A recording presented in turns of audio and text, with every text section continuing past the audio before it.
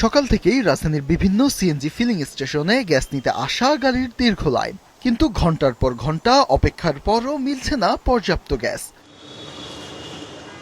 গ্যাসের চাপ কম থাকায় ব্যক্তিগত গাড়িতে 200 থেকে 500 টাকার গ্যাস নেওয়া যাচ্ছে, কিন্তু অধিকাংশ সিএনজি অটোরিকশায় মিলছে মাত্র 20 থেকে 80 টাকার গ্যাস। গতকাল রাত্রে প্রায় আমি 4 ঘন্টার উপর অপেক্ষা করেও গ্যাস পাই নাই। প্রায় 4-3 ঘন্টা গ্যাস লাইনে সিরিয়াল দাঁড়ায় লইছে। দিনের বেলা 3 ঘন্টার নিচে কোনো গ্যাস পাওয়া যায় না, আর রাতে তো 4 ঘন্টা 5 ঘন্টা লাগে।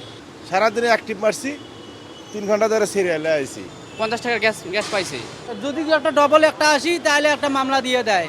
বিপাকে পড়েছেন ফিলিং স্টেশন সংশ্লিষ্টরাও। বলছেন গ্যাসের চাপ কম থাকায় সীমিত পরিমাণে সরবরাহ করা যাচ্ছে।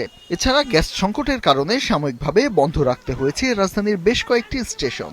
বর্তমানে প্রেশার কম, সকাল ছিল বন্ধ, তারপর চালু হয়েছে, রাত্রে ছিল বন্ধ, এই অবস্থা। মাঝে মাঝে চলে, মাঝে বন্ধ থাকে।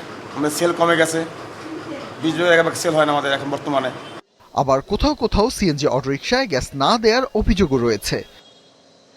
হঠাৎ ঢুকাইতেছে দু একটা, আবার চামে চামে কিছু 20-50 টাকা লয়ে গ্যাস দেয়, এইগুলা করতেছে, মানে সিন্ডিকেট পুরা।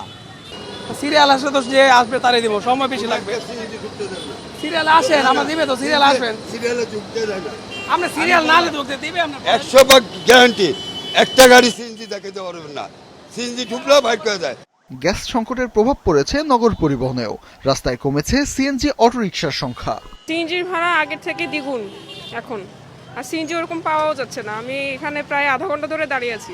ভাই যাত্রীদের কাছে চামু না, আমরা চামু কার কাছে? ভাড়া বেশি চাইতেছি ভাই, গ্যাসের সমস্যা। শুধু সড়কেই নয়, একই সংকট বাসাবাড়িতেও। ধানমন্ডি, মোহাম্মদপুর, মিরপুর, মানিকদি, ভাসানটেক সহ রাজধানীর বিভিন্ন এলাকায় দিনের বড় একটা সময় জ্বলছে না গ্যাসের চুলা। গ্যাস তো সময় মতো আসে না, রান্না বান্না করতে পারি না, আমরা খাইতে পারি না। লাইনের কোনো গ্যাসই নেই। সিলিন্ডার গ্যাস মনে করেন আগে আসছিল 1900 টাকা, 2200 টাকা, 2000 টাকা দিয়ে কিনে নিয়ে রান্না হইতেছে। রাজধানীর বাইরেও গ্যাস সংকটের চিত্র একই রকম। গাজীপুরের অনেক কারখানার বিভিন্ন ইউনিট বন্ধ রাখতে হচ্ছে। চালু হয়নি আগেই বন্ধ হয়ে যাওয়া কারখানাগুলো, ফলে চাকরি হারানোর শঙ্কায় রয়েছেন অনেক শ্রমিক। জামালপুরে গ্যাস সংকটের প্রতিবাদে প্রায় 3 ঘন্টা সড়ক অবরোধ করে সিএনজি চালকরা। এদিকে গ্যাস সংকটের কারণে বিভিন্ন প্রতিষ্ঠানকে গ্যাস ব্যবহার অর্ধেকে নামিয়ে আনতে চিঠি দিয়েছে Jalalabad gas transmission and distribution system কর্তৃপক্ষ। অন্যথায় প্রতিষ্ঠানগুলোতে গ্যাস সরবরাহ করা সম্ভব হবে না বলেও উল্লেখ করা হয়েছে ওই চিঠিতে। ফাহিয়ান হামিম, মাছরাঙা সংবাদ, ঢাকা।